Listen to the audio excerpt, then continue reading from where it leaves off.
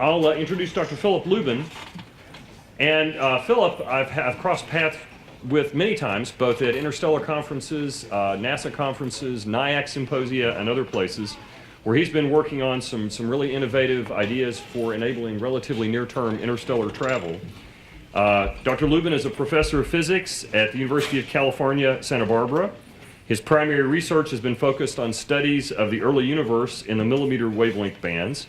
His group has designed, developed, and fielded more than 24 ground-based and balloon-borne missions and helped develop 2 major cosmology satellites. He is a co-recipient of the 2006 Gruber Prize in Cosmology, along with the Cosmic Background Explorer, the COBE science team, and their groundbreaking work in cosmology. He's published more than 200 articles. So to close out the sessions that we have today, he's going to give us his view of a roadmap to interstellar flight. Okay. Thanks a lot, Les. Really appreciate it. Thank you, Les. So I want to give you a fast tour. It'll be 30 minutes to Mars, I guess, according to the headlines. So we're just about on track. Okay, but I'll show you something we're not stopping. Okay, so just for reference, the fastest thing that we've gotten so far on a highly macroscopic level is Voyager, which is going at about 17 kilometers per second, which is quite slow compared to the speed of light. Our target is Interstellar, and I want to show you a way that I think we can actually get there on the real axis, not on the imaginary axis. So all this is on our website. There's a paper that was submitted to a JBiz almost a year ago. I won't noodle our friends from JBiz about that. Anyway, you can find it on our website. NASA released a video about 2.5 weeks ago, which unfortunately went viral, which has, last track was 1.4 million views on it. So there's a small amount of public interest in this. In fact, we had a nice talk with NASA headquarters yesterday about how to coordinate this. I just want to give you some nice quotes, because a lot of this I think you have to keep in context in terms of technological scaling. There's a famous quote from Thomas Watson, who's the president of IBM, who said there should be a world market of about 5 computers. And he was just slightly off. And that's because people don't think ahead very much. For example, the cost of a gigabyte of memory in 1955 was $1 trillion. Okay? $1 trillion. The cost of memory today is about $1 for a gigabyte. And it's more than 10 million times faster. That's technological scaling. And unless you understand technological scaling, you will not understand interstellar flight. So I must take exception with some people who want to go to interstellar missions whose time scale is vastly longer than technological scaling. So you have to think about that. I'll explain why. Okay, I go to a couple conferences. I rarely go to these because they're too much on the imaginary axis for me. If you want to get real, to get relativistic, great. If you don't, that's fine too. So we can either talk about it or you can do something about it. Frankly, I don't want to be talking about it in 20 years. Life's too short. I'd rather be building the first relativistic spacecraft. Okay, and I'll show you how to begin on that roadmap in a real way, not an imaginary way. It will not be easy, and there will be many difficult technical issues, and it will not be cheap, but it is possible. Okay, and it will profoundly affect many of the things that we can do, not just in interstellar flight. If you've ever had the Miranda Act read to you, I hope you have not, but if you ever speak to the press, you should ask them if they understand the Miranda Act. Anything you say can and will be used against you, okay? Even if you don't say it. So some of this is okay. This one was all right. This was some of our work on planetary defense, which appeared a couple years ago in some of the journals. This was a respectable one. This is one of the more respectable ones that got it not quite right, but not so wrong as some of the tabloids in Europe. Flying to Mars in just 30 minutes may be possible, and unfortunately my name is in here somewhere. Well, yes, flying to Mars in 30 minutes is possible with the wafer scale satellite that I'll show you, or spacecraft, but you're not stopping. Okay? And hence we're not sending this person, at least not without the shrink ray, going. There's more than 24 papers. I like to write lots of papers and long papers. They're very mathematical. The latest roadmap is 61 pages long, almost all of which is mathematics and plots. So knock yourself out. Okay, burn it when you're done. It's good for fuel, except for the CO2. The roadmap to interstellar flight is this one. It was submitted in April last year. There's another one called the Search for Directed Intelligence. It's like, we have another one on the Search for Misdirected Intelligence, which is 100%. Okay, we know it exists. This one we're less sure of. Okay, and this one was submitted several months ago. We have 8 more papers in SPIE in 2015 and probably 6 more this year coming up. Some numbers to keep in mind. The shuttle, when it takes off, has a power of about 50 gigawatts equivalent, though we don't rate it that way. The kinetic energy of the shuttle in low Earth orbit is about 1 kiloton. It's a small tactical nuclear weapon. Okay, time to LEO is about 10 minutes. A 1 gram wafer sat, which we'll focus on in a bit, takes about 10 minutes to accelerate to about 25% the speed of light, and it has a kinetic energy of 1 kiloton, a small tactical nuclear weapon. A 1 kilogram craft going at the same speed would have an energy equivalent of 1 megaton. Okay, so be careful where you aim it.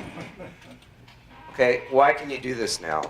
There's been a revolution in photonics, much like there's been a revolution in electronics, and this is the reason you can do this. This has evolved over the last few decades, and I'll show you a Moore's law-like plot in just a moment. But we can now efficiently convert electricity into light. As you know, those of you that are replacing your light bulbs with LEDs understand there's been a revolution. Well, there's been a similar revolution in lasers, except now we have extremely high efficiency, very compact lasers. A kilowatt laser will soon have a mass of 1 kilogram and will fit in your hand. Currently has a mass of about 5 kilograms. It still fits in your hand. But imagine a 1 kilowatt laser in your hand. Just think of what you can do with such a thing, or other people can do with it. You might be frightened. Efficiency is approaching 50%. Okay, for those of you that are interested in the physics of it, you can come and talk to me. But these things are real, they exist, they're not imaginary. Here's a plot of CW power out of a fiber as a function of year over the last 25 years. Doubling time is 20 months. I did a fit to it, got the data out of the literature. This is a classic exponential growth phase.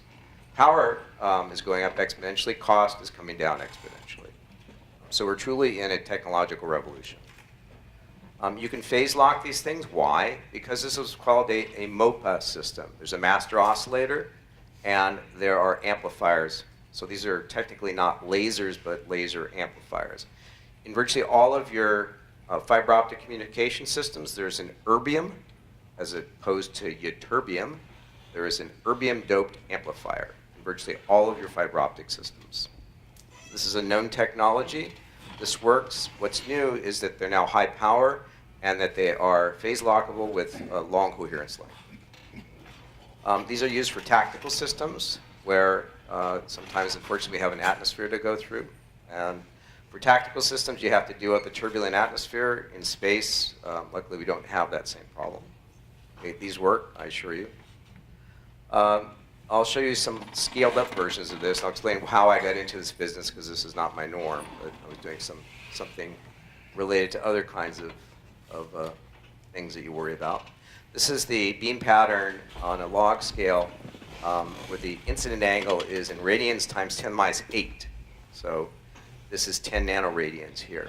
This is for a kilometer by kilometer array of 1 meter elements. And I'll explain scaling in a bit. Okay, this is important. If you don't understand technological scaling, you will not ever understand how to get to the stars properly.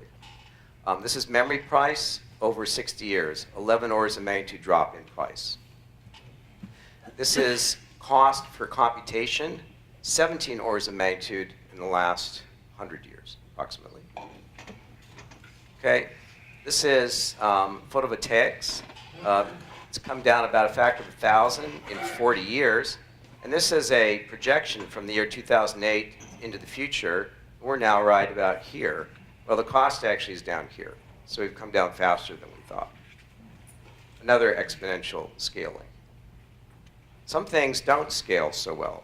So for example, Costa Orbit is not on a nice Moore's Law plot, unfortunately. Okay, some things do not scale well. For example, the amount of calories it takes to feed us is not coming down exponentially. It's rising, but luckily not exponentially. But, this is a problem. Need to fix it. Directed energy, on the other hand, is quite ubiquitous. This is a directed energy system. A book that I throw at you is a directed energy system, but that's not what we're talking about. This is a directed energy system. Lots of examples, chip diodes in your DVD players, fusion, tactical weapons, and beam combining. This is a Lockheed program. Also, we need low aerial mass density optics. This is the DARPA program that was producing replicated optics, had a transfer of about 280 nanometers with 60 grams per square meter. It's almost good enough for our purpose. It wasn't quite good enough for their purpose, which was a satellite looking at the Earth for reasons that I'll allow you to imagine. The same system is also useful for planetary defense. So we have more than a dozen articles on planetary defense using directed energy. If you're interested in that topic, go to our website. This is a small version of the system. The non-standoff version goes near the asteroid, uses the asteroid as fuel, ablates the surface, and I'll show you a video at the end, blows it off. Works great. Works better than basically anything else out there, including impactors. We got a NIAC recently to study using directed energy for relativistic propulsion and other applications of the technology, and to look at the TRL levels, the technology readiness levels. I'll explain more of that as we go forward. Within about 25 light years of the Earth, there's a bunch of targets, in addition to, of course, things in our solar system and slightly outside our solar system, besides exoplanets. But there are enough exoplanets around to be interesting. If you look at a plot of speed, this is in meters per second, this is beta of V over C, this is gamma minus 1, which is a relativistic factor related to kinetic energy. We do really well at low mass objects. We get within 1 meter per second of the speed of light, literally, every day in the laboratory, using electromagnetic acceleration. And on the high mass end, we do quite pathetically poorly. Why?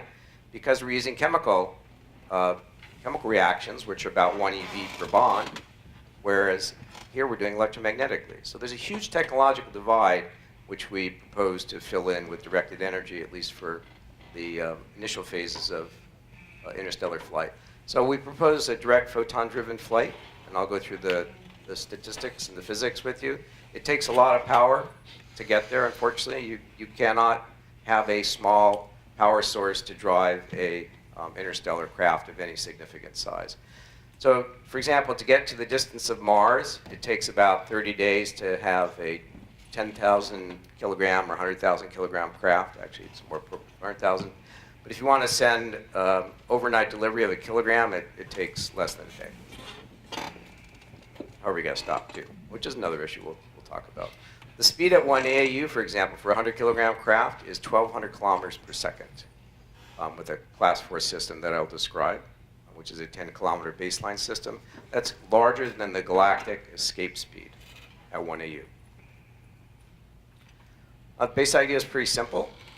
It's been thought about for a very long time. You illuminate a target with a hose. The hose happens to be a laser, in this case, a laser array, and out it goes. Just a nice artistic rendition one of our undergraduates made up. If you like mathematics, you'll like our papers. If you don't like mathematics, just look at the pictures. Okay? The scaling for the maximum speed goes like the square root of the power, the square root of the array size. Inversely is the square root of the wavelength, and like the 1/4 power of the spacecraft mass. So just, I don't expect you to remember it, but it's all in our papers. So lots of plots in our papers, many more than I'm going to show you. You'll just look at our paper, you'll see speed versus payload mass versus array size and power, whatever parameter space you want. We have a lot of it in there. So for example, the largest arrays that you need to go interstellar are in the sort of 10 to 100 gigawatt class with a baseline of about 10 kilometers with a 1 micron wavelength, which is our target. And that gets you to above 10 to 8 meters per second for a wafer-sized craft. Okay, this is where the payload mass equals the sail mass. Okay, and this is versus payload mass. So here we go from 10,000 kilograms down to 10 to the minus 4 kilograms. So you choose what you want to shoot out. This gives you the speed that you go out at.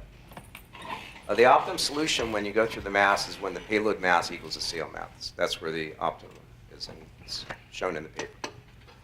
This is for some small mass cases, low mass, for different sail sizes, sail thicknesses. This is beta. Here's 10% the speed of light. Here's the speed of light. Here's 1% the speed of light. Here's the payload mass in kilograms. Here's a wafer down here at a gram, which is about what a silicon wafer, the type we're talking about, is. Here's 1 kilogram. So you can get to relativistic speeds if you can build the array.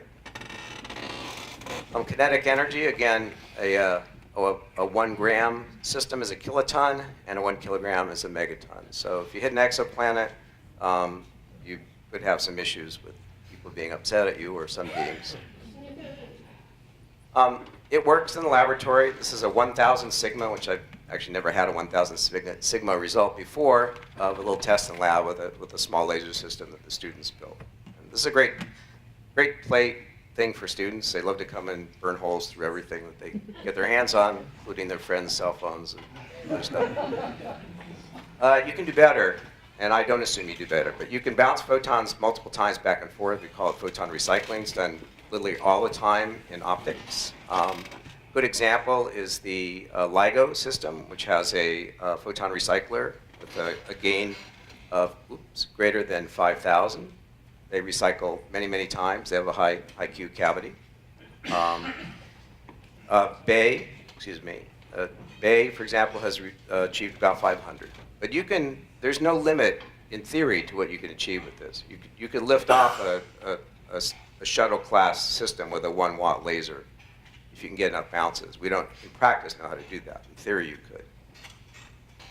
Oh, we just stuck a couple mirrors in, had the students do it, we got a factor of 10. So the problem is doing it over long range, so we don't assume that you do this. Here's some small early examples of what we could do. This is an orbital simulation, a full multi-body problem. You'll see the spacecraft being kicked out of the Earth's orbit in about a little over a day. This is with a relatively small system. This is a 15-meter class array with a wafer. And so we can do many intermediate steps, which we'll talk about. When you launch a low-mass system on a high-power laser array, it only takes about 10 minutes to get up to a quarter of the speed of light. That's it, it's gone. You're not powering it the whole way. You only power it for a very short distance, a few times distance to the moon typically for small craft, much longer for larger craft. And then that's it. Then you launch what? You sit there and do nothing? No, you launch the next one. So if you wanted to launch wafers, you could launch them every 10 minutes or have about 40,000 payload launches per year using one launch system. So you amortize the cost. Power and communications, there's a whole discussion in our paper, including signal to noise calculations with the CIB, the ZODI, everything's thrown in, thermal. We assume a silicon nanowire thermal converter with about a 7% efficiency, which is quite easy to do. We assume an RTG on board with 1/3 of a gram of plutonium. It's possible to do much better than this. You could do mechanical generators, which typically have 10 times the efficiency, but those haven't been built in miniature yet. So anyway, there's laser comm on board the wafer. It's not just a piece of paper. It actually has sensors on board, has imagers on board, has a star cam on board, has laser comm. Take a look at the paper, it talks about it. There's also photon thrusters on board. You can reorient it. There's a whole discussion about dust hits. We've done some work in the electrical engineering department, another group, on making phased arrays on the wafer for laser comm. So a discussion paper about that. Dust grain hits. Just see the paper. It talks about how many dust grain hits you get on the way out of the solar system and on the way through interstellar space. Okay, lots of other plots, and I don't expect you to remember any of these, except the math is all there, and we can produce any reasonable set that you want. This particular case is a 1 gram wafer scale case. A kilogram is much, much easier. So you might say, why don't we do that? Well, we can do that. Just achieves lower speed, but not that much lower. You get to about 5% the speed of light. The sail in this case is 1 meter in diameter. This actually is 0.7 meters. It's not very big at all. It's quite tiny. Okay, compared to something that's imaginary at the moment. Imagine I gave you antimatter for free, as much as you wanted. How would antimatter compare as a propellant to directed energy? It's a good thought. You should think about it. And the answer is actually quite simple. So I'll assume zero confinement mass. For reference, the best thermonuclear weapons we've ever made have a yield of about 5 megatons per ton of mass, ton of weight. Okay, that's an efficiency of about 10 to the minus 4 in terms of yield per unit of actual physical mass. So when you're thinking about antimatter, I'm going to assume zero confinement mass. But you ought to be thinking in your head, that's ridiculous. Of course it's ridiculous. But I'm going to take the absolute best case for antimatter and compare it to a realistic case for directed energy. Assume zero reaction chamber mass. Assume zero divergence out the exhaust cone. All these are ridiculous. Assume low cost of production of antimatter. Also ridiculous. Okay? How does it compare to directed energy? The answer is directed energy of the same power is twice as efficient. Why? It's trivial. Take this laser and point it that way. The laser's pushed this way, yes? Take the laser and point it this way and have a mirror, you get twice the momentum transfer. It's trivial. So even if I gave you a gram of antimatter, which is equivalent to about 50 kilotons of yield, which is what it is equal to approximately, or a kilogram is 50 megatons, which is the largest nuclear weapon ever detonated by our Russian colleagues. It's called the Tsar Bomba. Again, the conclusion is even if you had antimatter, a perfect antimatter engine, which is absolutely ridiculous the way I've described it, there is no such thing, not even theoretically. But if there were, you'd still want to use directed energy.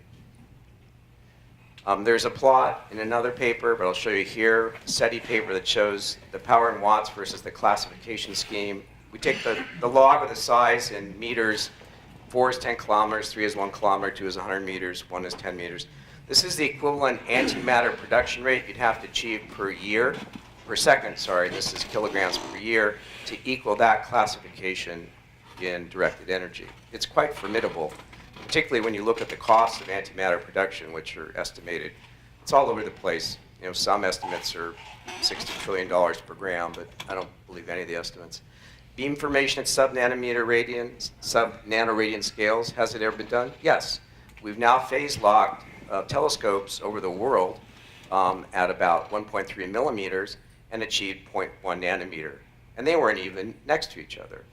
So we know how to do things like this in the millimeter. We are building phased array lasers in the near infrared. They just haven't been spread out yet, which is what we're working on. Precision metrology in space. If you look at the plans for LISA, the plan was to get 20 picometers, which is 0.02 nanometers, at 5 billion meters. We're only asking for 100 nanometers at 10 kilometers. We've been assured that this is relatively easy to do.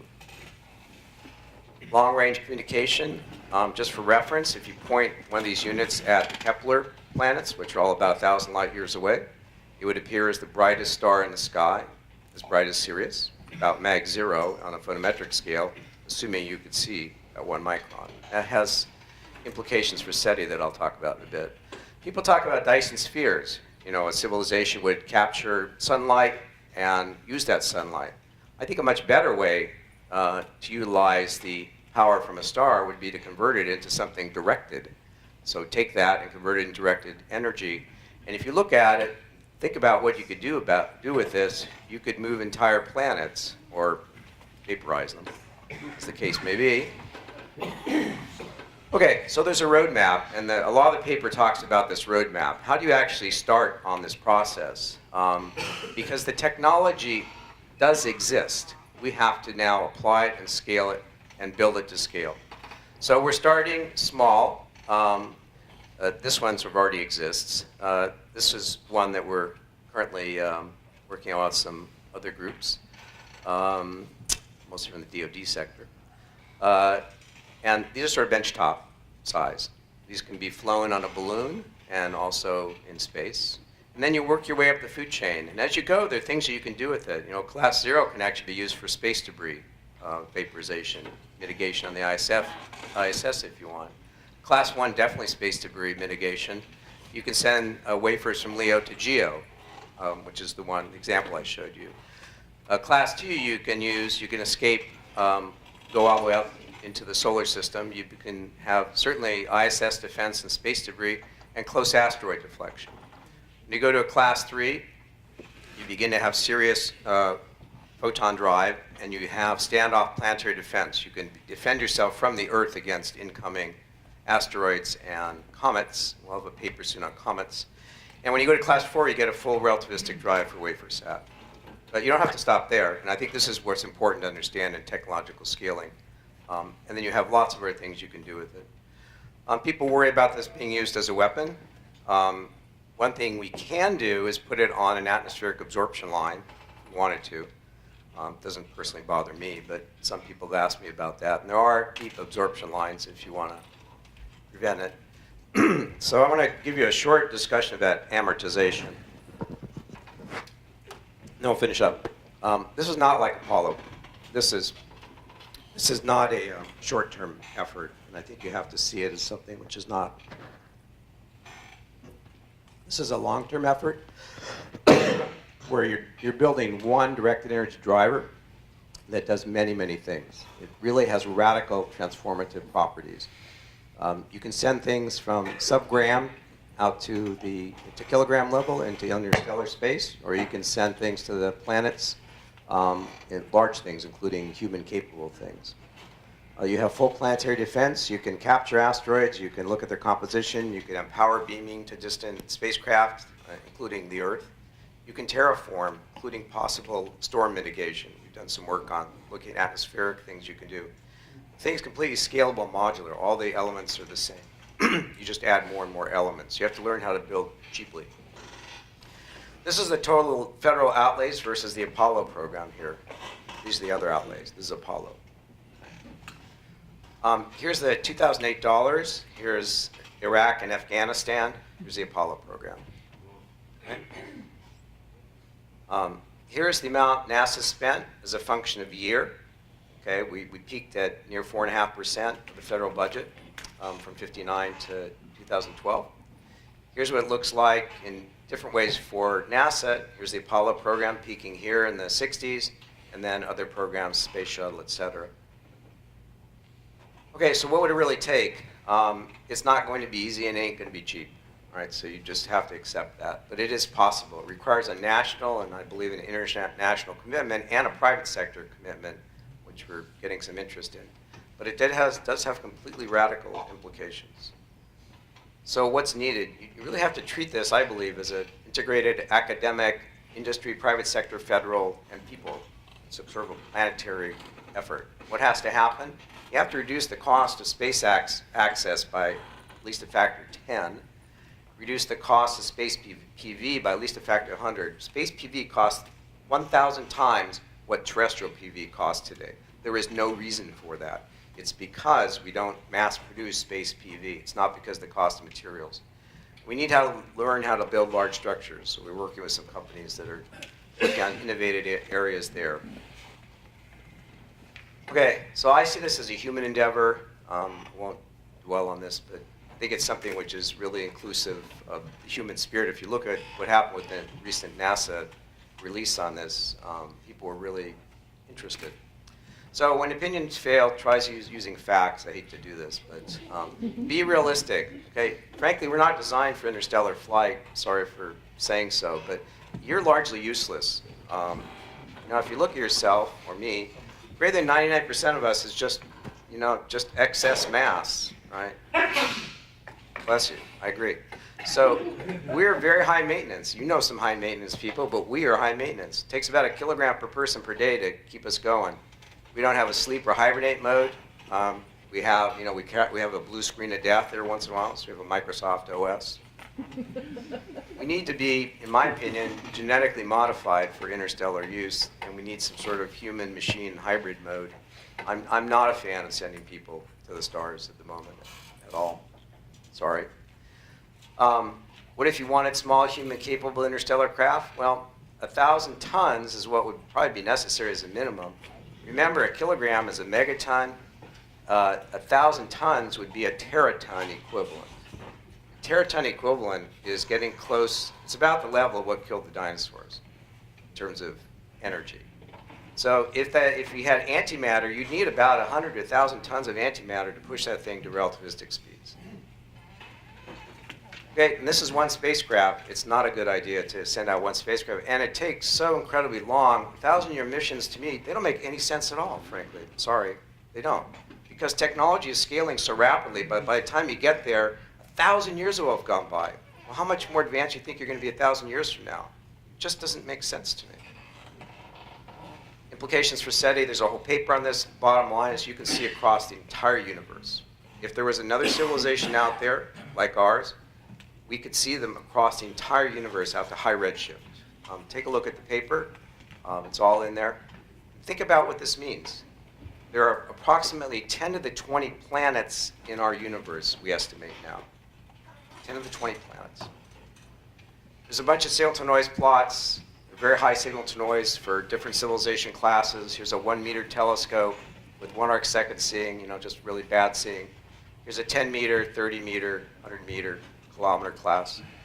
Here's space-based, high signal to noise ratios. You can see all the way across the universe. I'll be done soon.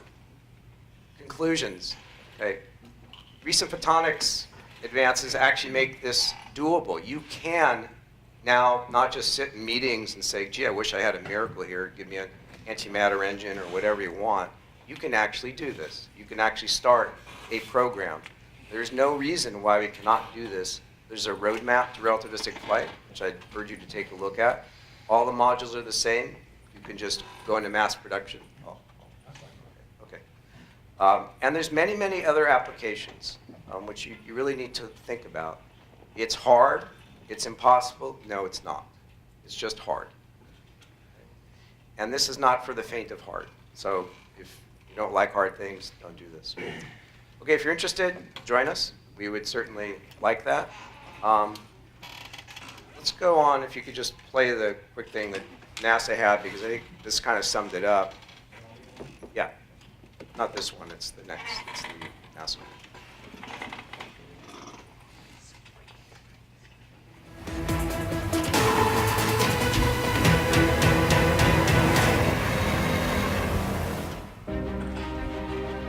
Here's the dilemma. We know how to get to relativistic speeds in laboratory. We do it all the time. And then we go to the macroscopic level, where things like aircraft, cars, spacecraft, we're pathetically slow. So the question is, can we bridge that gap between what we do now on the macroscopic level with chemical binding energies to relativistic speeds, which are done with electromagnetic acceleration? The shuttle, when it would take off, or the SLS, when it will take off, will have a power off the launch pad of between 50 and 100 gigawatts. Turns out, to get to relativistic speeds with the spacecraft we're talking about, you need basically the same power level. And for about the same amount of time. It takes 10 minutes to get to orbit with the shuttle. It takes us 10 minutes to get to 30% the speed of light with about the same power level, just using different technology. We could propel a 100-kilogram robotic craft to Mars in a few days. If you want to push something like shuttle class, it takes you roughly a month to get there. Within about 25 light years of the Earth, there's actually quite a few potential exoplanets and habitable things to visit that may be habitable. We don't know, of course. And so there are many, many targets to choose from. The closest is Alpha Centauri, which is about 4 light years away. So photon-driven propulsion is not a new idea. It goes back to the beginnings of thinking about light in both the classical and the quantum mechanical way. There are recent advances which take this from science fiction to science reality. There is no known reason why we cannot do this. There's a roadmap, which you can look at in our paper, to relativistic flight. The system is completely scalable modular, built any size you want, from a tiny one to a gigantic one. Once they put that online, which was not my doing, the voice there is from a NASA talk I gave, which was not, it was videotaped, but they overlaid their stuff. It was not my idea to do this at all. It was not my idea to submit it. But when they submitted it, it just went nuts. As I said, it's 1.4 million or something views. And they've gotten so much input on this that it's become interesting. So, okay, I'll stop. Let's take break. We can definitely take about 2 questions, and then we'll need to move on. I'm sure there are going to be some, right? Who's got the mic? Yes, I take issue with at least one portion of this, and that's your concept Thank of reusing photons. Because what you have is a large stationary mirror, and a mirror which is receding faster and faster every time a photon is hitting it. The way to look at this is something that Robert Forward wrote about in the 1970s. The photon disappears when it enters the receding mirror and a new one is ejected, but because it's from a receding mirror, both its energy and its momentum goes down. So Right, I so- don't think that you can definitely recycle photons. There is a limit to this. Yes, so, and I don't agree with your objection, except in one exception, that there's a paper, Kulkarni and Lubin, related to someone I know, that has a full relativistic solution of photon recycling. And the answer is that photon recycling works really well at low speeds. As you get to higher and higher speeds, the photon recycling multiplier goes away completely. Okay. Of course.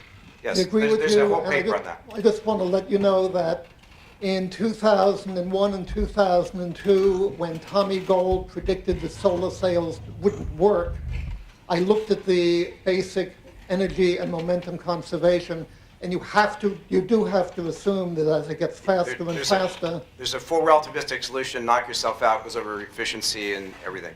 I agree with you. Okay, one more question. With what precision can you work in course adjustments in a directed energy, say just a few gram object to Mars or something?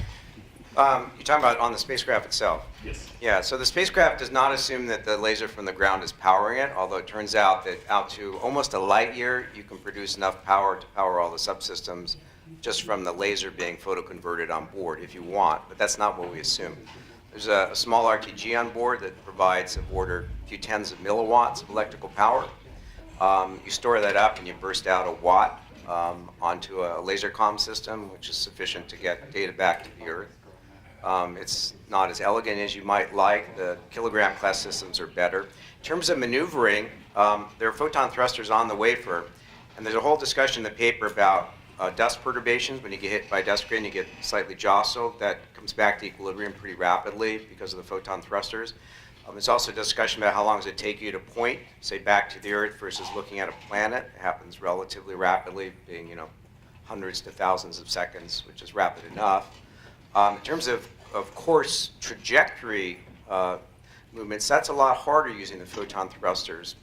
It turns out you can move about 1 AU over the course of the flight, which is not great. This is, again, for the worst case for the wafer. So we're looking at some electrospray and other possible ion engine-like microthrusters on board, which are now possible to do on the microscopic level. So we don't know yet, but we can at least have attitude control. And as you know, adjusting bad attitudes is a really good idea. On that note, thank you very much. You're welcome.